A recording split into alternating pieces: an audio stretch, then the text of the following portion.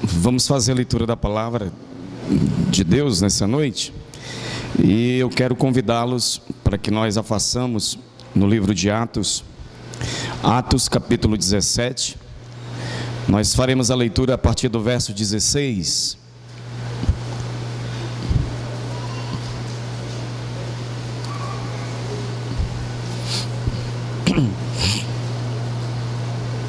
Atos capítulo 17, a partir do verso 16.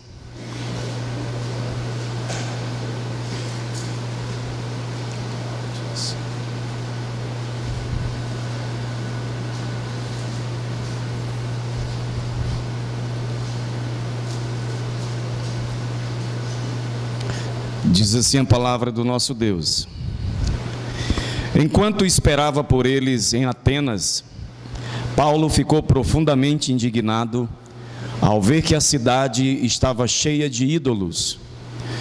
Por isso discutia na sinagoga com judeus e com gregos tementes a Deus, bem como na praça principal, todos os dias com aqueles que por ali se encontravam.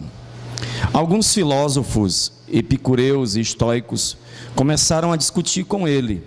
Alguns perguntavam: o que está tentando dizer esse tagarela? Outros diziam: parece que ele está anunciando deuses estrangeiros, pois Paulo estava pregando as boas novas a respeito de Jesus e da ressurreição. Então o levaram a uma reunião do Areópago, onde lhe perguntaram: podemos saber que novo ensino é esse que você está anunciando? Você está nos apresentando algumas ideias estranhas e queremos saber o que elas significam. Todos os atenienses e estrangeiros que ali viviam não se preocupavam com outra coisa senão falar ou ouvir as últimas novidades. Então Paulo levantou-se na reunião do Areópago e disse: Atenienses, vejo que em todos os aspectos vocês são muito religiosos. Pois andando pela cidade observei cuidadosamente seus objetos de culto e encontrei até um altar com esta inscrição: ao Deus desconhecido. Ora, o que vocês adoram, apesar de não conhecerem, eu lhes anuncio: o Deus que fez o mundo e tudo o que nele há é o Senhor dos céus e da terra, e não habita em santuários feitos por mãos humanas. Ele não é servido por mão de homens como se necessitasse de algo, porque Ele mesmo dá a todos a vida, o fôlego e as demais coisas. De um só fez Ele todos os povos, para que povoasse toda a terra, tendo determinados tempos anteriores estabelecidos e os lugares exatos em que deveriam habitar. Deus fez isso para que os homens o buscassem e talvez tateando pudessem encontrá-lo, embora não esteja longe de cada um de nós, pois nele vivemos, nos movemos e existimos, como disseram alguns dos poetas de vocês, também somos descendência dele. Assim, visto que somos descendência de Deus, não devemos pensar que a divindade é semelhante a uma escultura de ouro, prata ou pedra, feita pela arte e imaginação do homem. No passado, Deus não levou em conta essa ignorância, mas agora ordena que todos, em todo lugar, se arrependam, pois estabeleceu um dia em que há de julgar o mundo com justiça, por meio do homem que designou, e deu provas disso a todos, ressuscitando dentre os mortos. Quando ouviram sobre a ressurreição dos mortos, alguns deles zombaram e outros disseram: a respeito disso, nós o ouviremos outra vez. Com isso, Paulo retirou-se do meio deles. Alguns homens juntaram-se a ele e creram. Entre eles estava Dionísio, membro do Areópago, e também uma mulher chamada Dâmaris, e outros com eles. Palavras do nosso eterno e bondoso Deus. Oremos, meus irmãos. Senhor nosso Deus e Pai, te louvamos nessa noite, exaltamos o teu santo nome, e em nome de Cristo, teu Filho amado, mais uma vez, nós te pedimos pela tua bondade e graça, para que nessa noite o teu Espírito Santo venha nos auxiliar na compreensão da tua palavra. Senhor, nós reconhecemos e declaramos a nossa miséria diante de ti, confessamos a Ti os nossos pecados, porém, Senhor, acima de todas essas coisas também confessamos o Teu senhorio sobre as nossas vidas. Ó Deus, que nessa noite o nome do Teu Filho Jesus mais uma vez venha ser glorificado no nosso meio, que a Tua igreja venha ser edificada, Senhor, para que em tudo, Senhor, quanto nós estivermos fazendo nesse santo lugar, seja única e exclusivamente para a glória do Teu nome, pois é no nome de Jesus que oramos e Te agradecemos. Amém e amém. Meus irmãos, esse relato de Atos, capítulo 17, que trata da transição da obra missionária do apóstolo Paulo para os maiores centros culturais e intelectuais da sua época, acredito eu que essa passagem de Paulo na cidade de Atenas é a passagem mais célebre da chamada Era das Missões, que até então nós encontramos como registro apropriado nas Sagradas Escrituras. O apóstolo Paulo encontra-se nesse exato momento no berço da cultura da humanidade, não somente o berço da cultura da humanidade do mundo da sua época, mas também da humanidade vigente, do presente momento.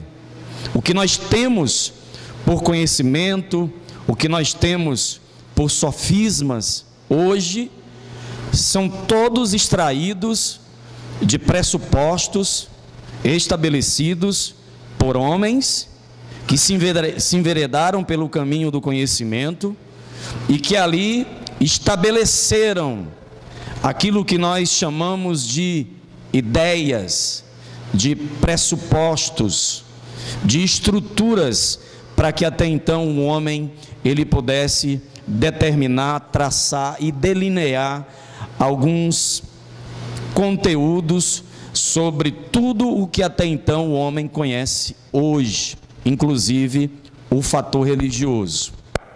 O texto nos mostra que Paulo ele deixa Silas e Timóteo em Bereia, e ele é levado à cidade de Atenas, e por lá passando, Paulo viu a idolatria dominante da cidade de Atenas. É impressionante a forma com que Lucas ele trata do detalhe, da forma com que o apóstolo Paulo ele se comporta diante da idolatria que ele contempla na cidade de Atenas.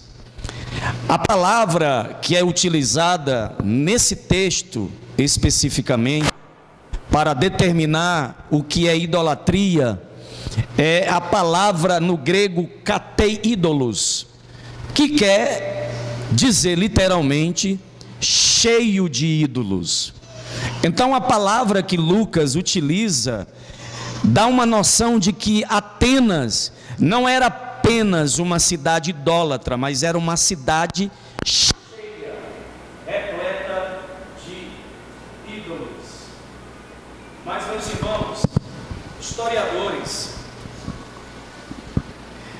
historiadores, eles registraram que na época em que Paulo estivera na cidade de Atenas, existiam aproximadamente 10.000 habitantes.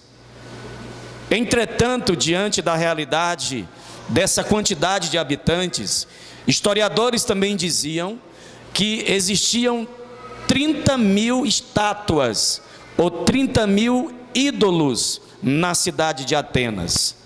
Historiadores até brincam dizendo que em Atenas, nos dias de Paulo, era mais fácil você encontrar um ídolo do que propriamente um homem, porque você tinha 10.000 homens, mas do outro lado você tinha 30.000 estátuas ou 30.000 ídolos que estavam em lugares estratégicos para serem adorados e para serem revenerados.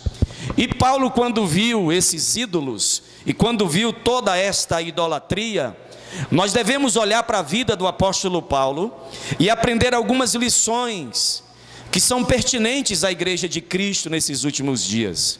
Paulo vai nos ensinar como nós devemos nos comportar e como nós devemos nos relacionar com povos com cidades, com nações que não comungam da mesma fé que nós, que não compartilham dos mesmos pensamentos religiosos que nós compartilhamos.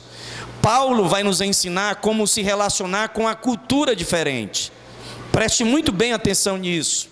Aliás, é a temática da nossa escola bíblica, sola escritura versus sola cultura. Paulo se encontra num ambiente hostil, de idolatria, e Lucas vai dizer que o seu espírito se revolta diante de tanta idolatria. Paulo, como era um homem que temia e amava a Deus acima de todas as coisas, Paulo, nós notamos aqui no relato de Lucas, que Lucas deixa claro o ódio de Paulo com relação à idolatria, porque Paulo aprendeu que Deus odiava a idolatria, e ele, à semelhança do seu Deus, a quem ele serve, a quem ele ama, a quem ele declara amor acima de todas as coisas, Paulo também carregava consigo no seu coração o mesmo sentimento, e isto a igreja de Cristo deve trazer à sua realidade de vivência nesses últimos dias. O pecado deveria nos provocar na mesma forma em que o pecado de Atenas provocou o apóstolo Paulo. O pecado que incomodou Paulo naqueles dias deveria incomodar a igreja do presente século. Nós não poderíamos ter um tipo de comportamento ou de postura tão passiva com o mundo de pecado que nos cerca. E Paulo, a palavra é enfática, o seu espírito se revoltava em face da idolatria dominante na cidade. Verso 16. Meus amados irmãos, a cidade de Atenas adorava a deusa Atena, que era justamente a deusa do amor, da sensualidade, e todos os atenienses entregavam-se à conduta sexual promíscua.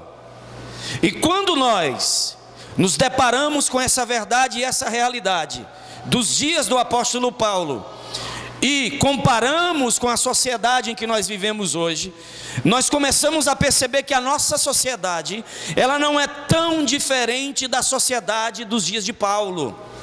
Nós vivemos em uma sociedade promíscua, numa sociedade dada à sensualidade, há uma sociedade onde faz tudo desenfreadamente em nome do sexo. E nós, meus amados irmãos, nós devemos repensar a nossa postura, a nossa conduta de igreja, o nosso cristianismo e o evangelho que nós temos absorvido nesses últimos dias. Paulo, ele se contrapõe à cultura da sua época, mas Paulo, ele se contrapõe à cultura da sua época com muita sabedoria e com muito discernimento. É o que nós vamos ver nos versos seguintes. Agora, a grande pergunta que nós deveríamos fazer nessa noite, a você, a mim, a todos nós que aqui estamos: o pecado da idolatria, o pecado da imoralidade sexual, o pecado em si incomoda você? Será que tais afirmações e indagações que estão sendo feitas nessa noite nos leva a um estado de incômodo, aonde o nosso espírito ele se revolta, não a título do que está sendo ensinada por algumas igrejas da mídia que pregam a prosperidade, mas o espírito se revoltar naquilo em que a palavra de Deus nos aponta, nos ensina como estilo de vida santa e piedosa, de amor a Cristo, ao santo evangelho de Deus, a não se conformar com o pecado, a não se conformar com este mundo, a não se conformar com os sofismas deste mundo. Será que estes pecados e estes comportamentos do mundo nos incomoda? É uma reflexão onde cada um de nós que professamos amor incondicional a Cristo devemos fazer, não somente na noite do dia de hoje, mas todos os momentos da nossa vida. Amém, meus irmãos? Observemos o que Paulo fez. O verso 17 diz que Paulo dissertava nas sinagogas. E é interessante porque a dissertação, ela parece que não ficou para todos. Não é qualquer pessoa que sabe dissertar sobre algum assunto. Não é qualquer pessoa que sabe discorrer sobre algum assunto. E quando nós falamos disso, é só nós olharmos para o nível cultural do nosso país, olharmos para a prova do Enem, naquilo que diz respeito à prova de redação, onde na maioria das vezes ao candidato é solicitado uma dissertação sobre determinado assunto. Aqui Paulo ele vai dissertar sobre o que ele conhece. Paulo ele vai dissertar sobre o que ele domina. Paulo ele vai dissertar sobre o que ele vive. Paulo não tem dificuldades. Em contrapartida, quando nós olhamos para a igreja nos dias de hoje, para os cristãos, talvez você que esteja me ouvindo, talvez a maioria de nós, temos dificuldade de dissertar acerca das verdades imutáveis, incomparáveis e gloriosas do Santo Evangelho de Deus. A maioria de nós não sabemos nem o que é o Evangelho. E Paulo agora vai falar do Evangelho, vai falar do Deus do Evangelho e vai falar do centro do Evangelho, que é Cristo nosso Senhor. Observemos que Paulo, ele vai dissertar em lugares distintos. Ele começa pela sinagoga. O mandamento vital de Paulo era, primeiro, os judeus. Quando você lê o livro de Atos, você vai ver Paulo, aonde ele chegava, a prioridade de Paulo eram os judeus. Porque no entendimento de Paulo, aos judeus seria, vamos colocar entre aspas, mais fácil entender o que Paulo estava dizendo. Porque Paulo ia se utilizar do Antigo Testamento. Paulo ia se utilizar das Escrituras, dos profetas, da lei de Moisés. Então no entendimento de Paulo, seria talvez mais fácil os judeus, ou alguns gentios piedosos, entenderem, assimilarem a mensagem do Evangelho. Ele começa na sinagoga, ele vai para a praça. Olha aí, Paulo prega na sinagoga, Paulo ele prega na praça, ele fala a todos os que se encontravam na praça, tá certo? E Paulo também, ele vai pregar no Areópago. Paulo, quando está no mercado, ou mais precisamente na praça, Paulo vai se deparar com outro tipo de ouvinte. E é aí que Paulo, com muita sabedoria de Deus, com muito discernimento de Deus, Paulo vai tratar do Santo Evangelho diante de uma outra cultura que não tem os pressupostos cristãos ou os pressupostos do Santo Evangelho de Cristo. O texto é enfático, meus amados irmãos, em nos dizer, no verso 17, parte B, que havia alguns filósofos. E quando Lucas diz que havia alguns filósofos, Lucas, ele é categórico a dizer a que tipo de corrente filosófica esses filósofos pertenciam. Lucas vai dizer que entre aqueles que lá estavam existiam filósofos epicureus e existiam filósofos estoicos. Olha que coisa interessante. Isso não está à toa nas Sagradas Escrituras. Lucas não escreveu isso aleatoriamente. Há um propósito divino em nós, Igreja de Deus, no século 21, termos o conhecimento de que Lucas, ele dissertou, ele discorreu no meio de filósofos de linhagem filosófica epicureia e de linhagem filosófica estoica. E observem que estes perguntaram: o que quer dizer este tagarela? Paulo, ele é ofendido com o termo de tagarela. A expressão tagarela é aquele que fala sem saber o que fala. Quando o texto original foi redigido, e quando chamam Paulo de tagarela, ainda dizem: parece pregador de estranhos deuses. Olha só, haviam muitos deuses na Grécia Antiga, em Atenas, e para eles, Paulo parece que estava apresentando um Deus a mais, e um Deus estranho. E Lucas vai dizer que Paulo pregava a Jesus e a ressurreição. Mas quem eram os epicureus?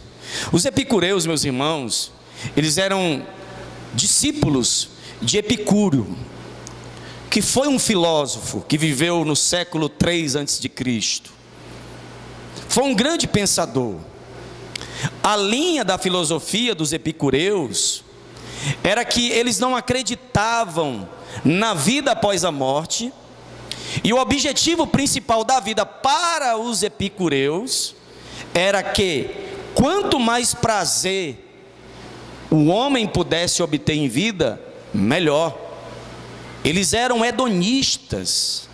Eles não acreditavam em vida após morte, eles não acreditavam no juízo final. O prazer era o principal objetivo da vida dos epicureus. Por que Lucas fala dos epicureus? Que lição, que aplicação há para nós hoje, comparado à narrativa e ao conhecimento dos epicureus nos dias do apóstolo Paulo? Qual é a temática da sociedade em que nós vivemos hoje? Será que não é a mesma corrente filosófica dos epicureus? Quanto mais prazer, melhor. Quanto menos dor e sofrimento na minha vida, melhor. E isso tem atingido a sociedade, não somente num todo, a sociedade que não conhece a Deus, mas também a cristãos que dizem que amam a Cristo. Então eles se enveredam por esse pensamento, por esse estilo de vida, que quanto mais prazer eu tiver nessa vida, naquilo que diz respeito a tudo que fora criado, que está em minha volta, melhor para mim. Eu tenho que aproveitar o máximo a vida. A vida é curta, segundo os epicureus. Então eu não posso desperdiçar os meus momentos, meus tempos. O que é que eu vou fazer na igreja? Vou perder o meu domingo de manhã na igreja, enquanto eu posso estar num clube, numa praia? O que é que eu vou fazer numa igreja num domingo à noite? Se eu posso estar num cinema, num teatro, numa churrascaria, numa pizzaria, num shopping, eu tenho é que me divertir. A vida é curta. Tudo em nome do prazer. Lembra daquele texto em 1 Coríntios que diz 10:31? Portanto, irmãos, quer comais, quer bebais, quer façais qualquer outra coisa, fazei tudo para a glória de Deus. Sabe por que Paulo diz isso?